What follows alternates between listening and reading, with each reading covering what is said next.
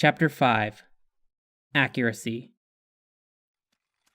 Intense hunger at the worst possible moment. Tim tries to sideline it and focus on the approaching monsters. He clutches the pitchfork tightly, the uncertainty in his muscles building by the second. Fuck this. Tim thinks, and he sprints to the door, watching in horror as two of the organ piles creep into view from the doorway's left side. A third is less than a step away from the threshold.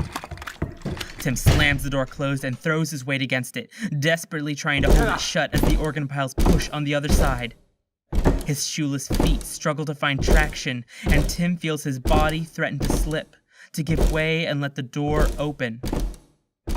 He scans the door, searching for something to brace it with. He finds vertical bar locks on the top and bottom of the door, and he quickly slides them into position, stretching to reach the top one and working the bottom one with his foot. With the door secured, Tim leaps away, pointing the pitchfork at the door in case the locks don't hold. He hears the organ piles continue to grind and slam against the door, but it stays closed.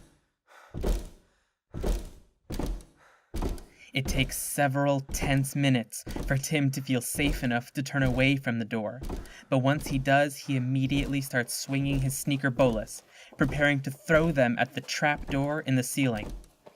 They are easy to handle. The dampness of the shoes adds just enough weight to balance the improvised weapon. Tim wonders how far he can throw them and how well he can aim. If the difference between life and death were a matter of making one well-aimed throw, could he save himself? He hopes it never comes to that. He doesn't know how accurate he could be with these in a fight. It's also just a fucking pair of sneakers. He thinks, marveling at the flash of insanity that drove him to try to weaponize his shoes mid-sprint. Tim releases the sneakers, and they hit their mark, bouncing off the door with a hollow bang. The trapdoor does not react to being hit. The sneakers fall back down, and Tim catches them, disappointed. The rotting air is filled with the sounds of scraping as the organ piles check for cracks and openings in the outside wall. The sound throws Tim into a panic, and he runs for the door that leads deeper into the barn, screaming, If there's anyone around, you should let me know before these things fuck my bones.